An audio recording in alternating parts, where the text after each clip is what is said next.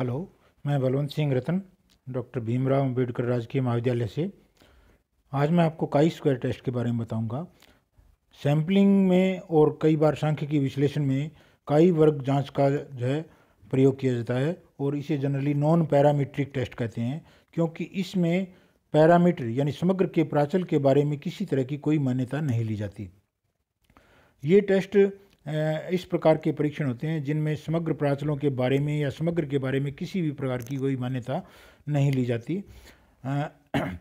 Sampling theory के अन्य परीक्षणों की भांति इसमें ये ऐसी कोई मान्यता नहीं ली जाती कि समग्र से प्रतिदर्श लिए जा रहे हैं, वो प्रसामान्य रूप से बंटित है, आदि आदि। काई वर्ग जांच में अवलोकित और प्रत्याशित आवृत्तियों के बीच अंतर की जांच की जाती है। अवलोकित आवृत्तियां वह होती है जो किसी प्रयोग में वास्तव में ऑब्जर्व की जाती है, और प्रत्याशित आवृत्तियां वो होती है जो किसी सिद्धांत या प्रायिकता के आधार पर ज्ञात की जाती है। तो हमें अवलोकित आवृत्तियों और प्रत्याशित आवृत्तियों के बीच अंतर की जांच करके यह बताना होता है कि क्या अवलोकित आवृत्तियों और प्रत्याशित आवृत्तियों को एक जैसा माना जा सकता है, यानी प्रत्याशित आवृत्तियों को जिस सिद्धांत से ज्ञात किया गया है वो सिद्धांत वास्तव में एग्जिस्ट करता है या नहीं करता। काई वर्ग का जांच का प्रयोग ज़्यादातर दो गुणों के बीच साहचर्य के जांच के लिए भी किया जाता है, और इसमें हमेशा यह मान्यता ली जाती है कि दोनों गुण परस्पर स्वतंत्र हैं जो है, और वो एक दूसरे को प्रभावित नहीं करते। हम अवलोकित और प्रत्याशित आवृत्तियों की जांच करके यह ज्ञात करने की कोशिश करते हैं कि क्या दोनों गुणों को वास्तव में स्वतंत्र माना जा सकता है या उनमें किसी तरह का कोई साहचर्य है या नहीं है। एक बात और, प्रत्येक सांख्यिकी की किताब में आखिर में आपको काई वर्ग टेबल प्राप्त होगी। उस काई वर्ग टेबल में आप काई वर्ग के सारणी मूल्य को देख सकते हैं। काई वर्ग के सारणी मूल्य को प्राप्त करने के लिए हमें दो चीज़ें चाहिए: डिग्री ऑफ फ्रीडम, स्वतंत्रता की मात्रा, डीएफ, और दूसरा सार्थकता स्तर। सार्थकता स्तर दरअसल में वह स्तर होता है जितना कोई भी अनुसंधानकर्ता यह मानकर चलता है कि हमने इतना % त्रुटि जो है वो की हो सकती है। जैसे 5% सार्थकता स्तर का मतलब है कि 95% हम करेक्ट हैं, परंतु 5% जो है वो हमसे त्रुटि हो सकती है। या 1% सार्थकता का स्तर का मतलब है कि हम 1% त्रुटि को एडमिट करके चल रहे हैं। अवलोकित और जो है प्रत्याशित आवृत्तियों की जांच के लिए जब हम काई स्क्वायर का प्रयोग करते हैं तो हम काई स्क्वायर में जो जो कार्य करते हैं वो मैं आपको 1 बाई 1 बताता हूँ। पहला है शून्य परिकल्पना। शून्य परिकल्पना में अवलोकन और प्रत्याशा में अंतर सार्थक नहीं है, हमेशा यही माना जाता है। अवलोकन और प्रत्याशा में अंतर सार्थक नहीं है, इसका मतलब है कि जिस प्रयोग से अवलोकित आवृत्तियां ज्ञात की गई हैं वो प्रत्याशित आवृत्तियों के बराबर नहीं है। यानी प्रत्याशित आवृत्तियां जिस सिद्धांत से ज्ञात की गई है वो सिद्धांत वास्तव में लागू नहीं हो रहा है, या दो गुणों में परस्पर साहचर्य नहीं है। ये दो आवृत्तियां, दो जो है H0 हमेशा ली जाती है। अगर गुण है तो दोनों गुणों में किसी तरह का कोई कोरिलेशन नहीं है, और अगर कोई सांख्यिकीय विश्लेषण है तो अवलोकित आवृत्तियों और प्रत्याशित आवृत्तियों में अंतर सार्थक नहीं है। अंतर सार्थक नहीं है का मतलब है कि हम उनको एक जैसा मान सकते हैं। प्रत्याशित आवृत्तियों की गणना दूसरा काम होता है। आमतौर पर जब प्रत्याशित आवृत्तियों की गणना की जाती है और अगर गुण है तो हम 2/2 की एक कॉन्टिजेंसी टेबल बनाते हैं। 2/2 की कॉन्टिजेंसी टेबल, हिंदी में इसको आसंग सारणी बोलते हैं। इसमें 2 कॉलम और 2 जो है वो पंक्तियां होती है। जैसे पहला कॉलम है गुण ए की उपस्थिति, जिसको कैपिटल ए से लिखते हैं। दूसरा कॉलम है गुण ए की अनुपस्थिति, जिसको स्मॉल ए से लिखते हैं। पहली पंक्ति गुण बी की उपस्थिति यानी कैपिटल बी, और दूसरी पंक्ति गुण बी की अनुपस्थिति यानी स्मॉल बी। तो हमारे पास 2 कॉलम आए, कैपिटल ए, स्मॉल ए, और 2 पंक्तियां आई कैपिटल बी और स्मॉल बी। कॉलम्स का योग यानी कॉलम कैपिटल ए का योग जो है वो कैपिटल ए कहलाएगा, कॉलम स्मॉल ए का योग स्मॉल ए कहलाएगा, रो कैपिटल बी का योग कैपिटल बी कहलाएगा और रो स्मॉल बी कहलाएगा।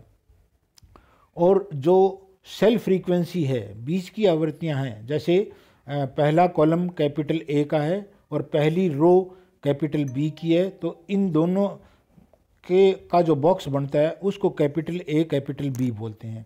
तो ये सेल फ्रीक्वेंसी बोलते हैं। तो हम जो है प्रत्याशित आवृत्तियों की गणना करते हैं। प्रत्याशित आवृत्तियों की गणना के लिए हम कैपिटल ए को कैपिटल बी से गुणा करके और एन से भाग दे देंगे। कैपिटल ए को कैपिटल बी से गुणा करेंगे और एन से भाग देंगे। जो आएगा वो कैपिटल ए कैपिटल बी के बॉक्स में लिखा जाएगा। यदि आपकी 2/2 की टेबल है तो बाकी आवृत्तियाँ ऑटोमेटिकली जो है वो ज्ञात की जा सकती हैं। आगे एग्जाम्पल में आपको यह पता लग जाएगा। तो हम जो है अवलोकित आवृत्तियों को भी इसी तरह की कॉन्टीजेंसी टेबल में रखते हैं और प्रत्याशित आवृत्तियों को भी इसी तरह की कॉन्टीजेंसी टेबल में रखते हैं। याद रखिए, कॉलम्स का योग और पंक्तियों का योग अवलोकित आवृत्तियों में जो है वही प्रत्याशित आवृत्तियों की आसंग सारणी में होगा, केवल सेल फ्रीक्वेंसी चेंज हो जाएगी। तो सेल फ्रीक्वेंसी जब आप निकाल लो तो उसके बाद में आपको एक काई स्क्वायर ज्ञात करने के लिए एक टेबल ज्ञात करनी पड़ेगी। उसमें एक कॉलम बनाते हैं जिसको हम या तो ओ बोलते हैं ऑब्जर्व फ्रीक्वेंसी के लिए, या कई बार कई किताबों में आपको F0 के रूप में भी लिखा जाएगा।